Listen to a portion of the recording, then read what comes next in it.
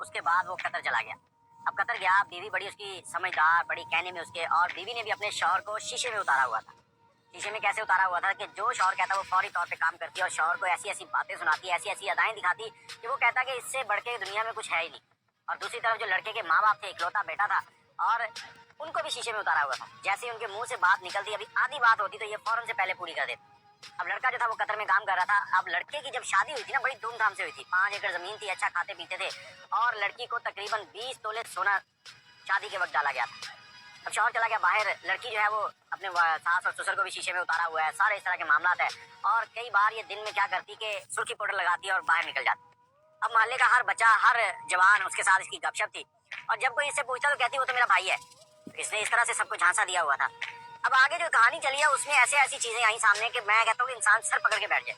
अब क्या हुआ, शौहर कतर में है, ये बाहर आंख में टक्के लगा रही है, और शौहर ने 1.5 साल गुजरने के बाद कहा कि यार मुझे ना डंकी लगा के यूरोप जाने का मौका मिल रहा है, अगर तुम कहो तो मैं यूरोप में चला जाऊं, लेकिन 5-6 साल लग जाएंगे, उसके बाद मैं लौट सकूंगा।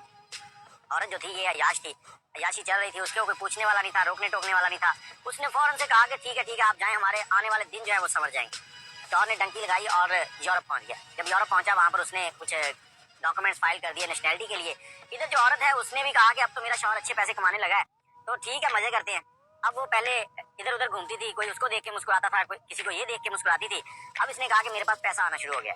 अब पैसा आना शुरू हुआ तो इसने कहा मेरा स्टैंडर्ड ये नहीं होना चाहिए, मेरे साथ कोई अच्छी मामला होने चाहिए। इसने क्या किया कि अब रक्शे को छोड़ा और टैक्सी पे जाना शुरू कर दिया। अब जो टैक्सी इसने पहले दिन बुक करवाई ना, तो वो लड़का बड़ा खूबसूरत था, हैंडसम, हट्टा कट्टा जवान, मतलब खूबसूरत, लाल सुरख उसका रंग, और ये लड़की भी खूबसूरत थी। अब जो टैक्सी वाला लड़का था वो भी थोड़ा सा ठरकी था, उसको पैसों की जरूरत भी थी और जिस्म की भी, और इस लड़की को पैसों की कमी नहीं थी और जिस्म की इसको जरूरत थी। इसने उस लड़के के साथ गिटमेट शुरू कर ली। अब गिटमेट शुरू हुई तो इनका आंख में टक्का, और उसके बाद इसने कहीं भी जाना आना है तो उसी टैक्सी वाले को बुलाना और घर में कह दिया कि ये मेरा भाई बना हुआ है। अब सब इस पे यकीन कर रहे थे। शौहर को इसने शीशे में उतारा हुआ था। शौहर को जो भी बात कहती थी वो कहता था ये शायद हरफे आखिर है, इसके बाद कोई चीज नहीं है। और इसके जो सास ससुर थे उनको भी इसने बड़े प्यार से अपने आईने में उतारा हुआ था। वो भी कहते थे हमारी बहू जैसी कोई बहू ही नहीं है, ये हमारी बेटी है, ये कभी उनके पाँव दबाती, कभी उनके कपड़े इस्त्री करके रखती, हर काम परफेक्ट किया हुआ था। और इधर टैक्सी वाले के साथ इसके याराने चल रहे। शौहर पैसे कमा रहा था, इधर टैक्सी वाला जो था वो बड़ा तेज था। उसने कहा यार ये औरत जो है ना अभी पागल है, इसको क्यों ना लूटा जाए। अब टैक्सी वाले ने इसे कहा कि देखो मैं जो टैक्सी चला रहा हूँ ये किसी और की है, तुम्हें भी किराया देना पड़ता है, मुझे भी पैसे कम बचते हैं, तो हम लोग क्यों ना ऐसा करें कि मेरे पास कुछ पैसे जमा है, कुछ पैसे तुम डालो और हम लोग एक गाड़ी नहीं लेते हैं, उसको टैक्सी के तौर पर भी चलाएंगे, तुम्हारी अपनी गाड़ी हो जाएगी, किसी को क्या पता, तो हमारे अपने शशके होंगे, हमें किसी को जवाब भी नहीं देना होगा। अब ये फौरन उसे कहती हाँ तुम ठीक कह रहे। इसने उसको कोई 10-12 लाख रुपए दिए और 8-10 लाख उस लड़के ने डाले, एक नई गाड़ी ले ली। अब ये दोनों गाड़ी पे घूमते हैं, फिर इनके मजे चल रहे हैं। अब तो जी मौजे ही मौजे हैं। और उधर जो शौहर है उसकी दिन ब दिन कमाई जो है वो बढ़ती जा रही है।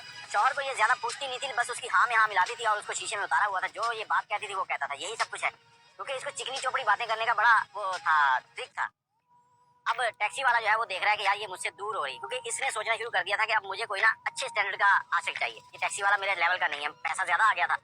अब एक दिन वो सुनार की दुकान पे जाती है तो सुनार से कुछ चूड़ियां देखती है। सुनार को कहती है कि चूड़ियां पहनने लगती, वो थोड़ी टाइट। सुनार कहता है मैं पहनाता हूँ। जैसे वो इसका हाथ पकड़ता है ना, तो सुनार दिन में 40-40, 50-50 औरतों के साथ डीलिंग करते हैं, तो उनको सब आइडिया होता है। जैसे इसका हाथ पकड़ा तो उसको पता लग गया कि ये 2 नंबर औरत है। उसने भी बड़े मजे मजे से इसको चूड़ियां पहनाई, इधर ये भी मजे ले रही है। फिर लॉकर देखा, ऐसे लगा के देख रही है। वो कहता है ऐसे नहीं मैं आपको पहनाता हूँ, वो पीछे से खड़ा होकर इसको लॉकर पहना रहा है। तो यहीं से इनकी रंगरलियां शुरू हो गई। अब इनके नंबर एक्सचेंज हो गए। नंबर एक्सचेंज होने के बाद दोनों की आपस में गपशप लगने लगी। अब गपशप लगने लगी तो इसने जो टैक्सी वाला था ना उसको लिफ्ट कम करवानी शुरू कर दी। टैक्सी वाले को साथ रखी लेकिन उसको पैसा खिलाना कम कर दिया और इस सुनार की तरफ हो गई। अब जो इसको घर वालों ने इसकी शादी के टाइम पे सोना डाला, इसने वो सारा सोना ला के सुनार को दे दिया। उसके ऊपर खर्चा कर रही है, शौहर कमाई भेज रहा है, वो भी खर्चा कर रही है, बैंक बैलेंस जो है वो भी खाली होते जा रहे हैं। और इसी दौरान एक दिन इसकी एक सहेली थी जिसके कोई ट्रैवलिंग के लिए कुछ सामान जाना था, उसमें कुछ गड़बड़ हो गई थी, तो वो इसको साथ लेती है। साथ ही टैक्सी वाला भी है और एजेंट के पास जाते हैं। एजेंट के पास गए, एजेंट ने इनका मसला हल किया और साथ ही ये जो औरत थी इसका नंबर भी ले लिया। वो भी समझ गया कि ये 2 नंबर औरत है, क्योंकि 2 नंबर औरत को हर बंदा ही देखते ही भाग जाता है। अब उसने नंबर लिया, नंबर लेने के बाद इसके साथ उसने भी गपशप शुरू कर दी। गपशप शुरू हुई, उसके बाद इसने सुनार को साइड पे किया और जो सुनार के पास सोना सारा खर्च कर दिया था। अब ये इश्क के चक्कर में सब कुछ भूली हुई थी, इसको आइडिया नहीं था कि कभी ना कभी फंसेगी, तो इसने सुनार को भी साइड में किया। और टैक्सी वाला जो था वो सोच रहा था कि बाहर बहुत पैसा है, क्योंकि इसका शौहर बाहर था यूरोप, तो वो सोच रहा था कि मैं भी डंकी लगाऊं और बाहर चला जाऊं। उसने क्या किया कि इसी एजेंट के साथ टैक्सी वाले ने भी राब्ता किया। उसने कहा ये टैक्सी है, मैं बेचता हूँ, पैसे आपको देता हूँ, चुप करके मुझे डंकी लगवाओ, मैं बाहर चला जाऊँ। और इधर औरत जो है उसी शख्स के साथ रंगरलियां मना रही है। टैक्सी वाले ने उसी शख्स को, ट्रैवल एजेंट को, टैक्सी बेची और इसके साथ सारा मुकम्मका किया कि टैक्सी तुम्हारी है, तुम ये कागजात तैयार करो, तब तक मैं ये तुम्हारी टैक्सी किराए पे चलाता हूँ। औरत को लेकर घूमता रहा। अब घूमने के बाद उसने डंकी लगाई और बाहर चला गया। औरत जो है इस ट्रैवल एजेंट के साथ जो है वो सेट हो गई। अब ट्रैवल एजेंट और इस औरत की कहानी चल रही है। इसने बताया कि मेरे पास बहुत से पैसे पड़े। ट्रैवल एजेंट जो था वो भी फ्रॉडिया सा था। उसने क्या किया कि इसे कहा कि जहाज की टिकट्स होती है ना, इनके अंदर बड़ा पैसा है और ये कभी भी सस्ती नहीं होती, महंगी होती है, पैसा ही बनता है। एक से एक दिन 100 लगाओगे, दूसरे दिन 200 निकालोगे।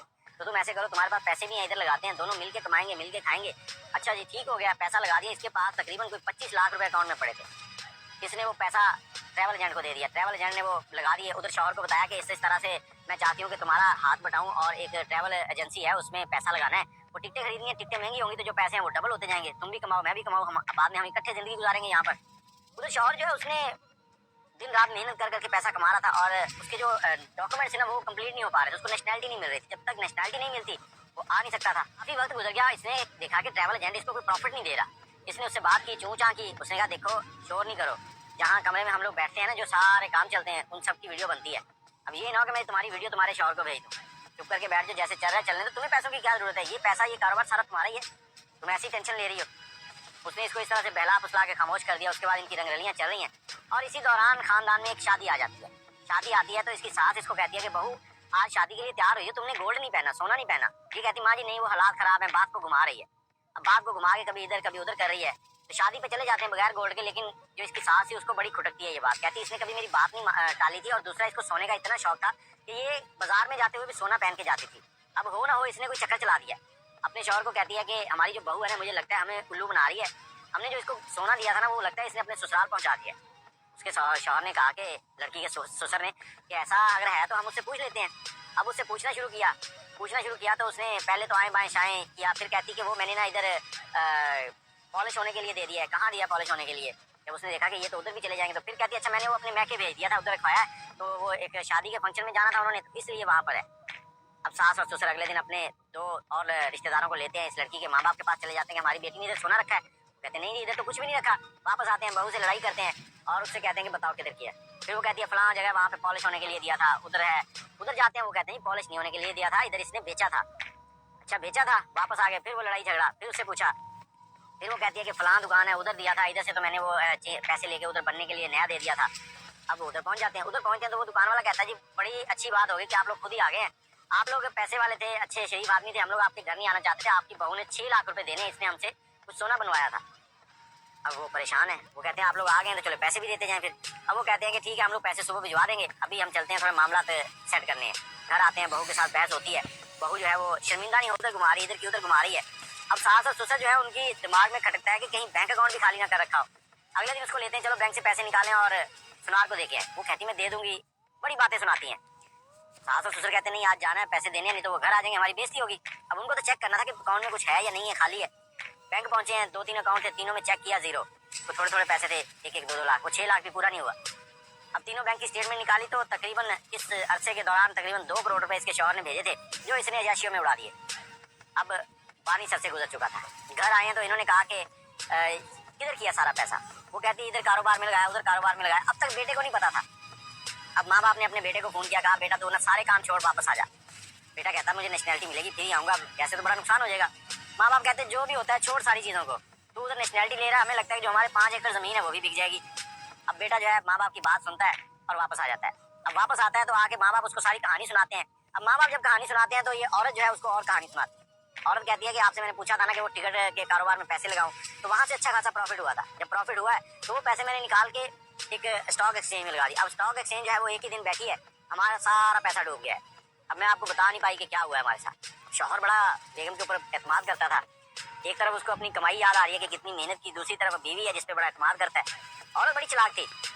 अब शौहर जो है बड़ा परेशान है। शौहर ने बाहर लोगों से पूछना शुरू किया।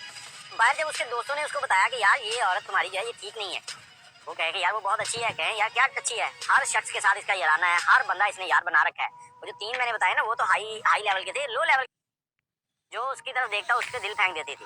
शौहर को जब ये सारी चीजें मालूम हुई तो घर आया, आकर कहता कि मैं तुम्हें तलाक दे रहा हूँ। अब इसने सच फिर नहीं बोला।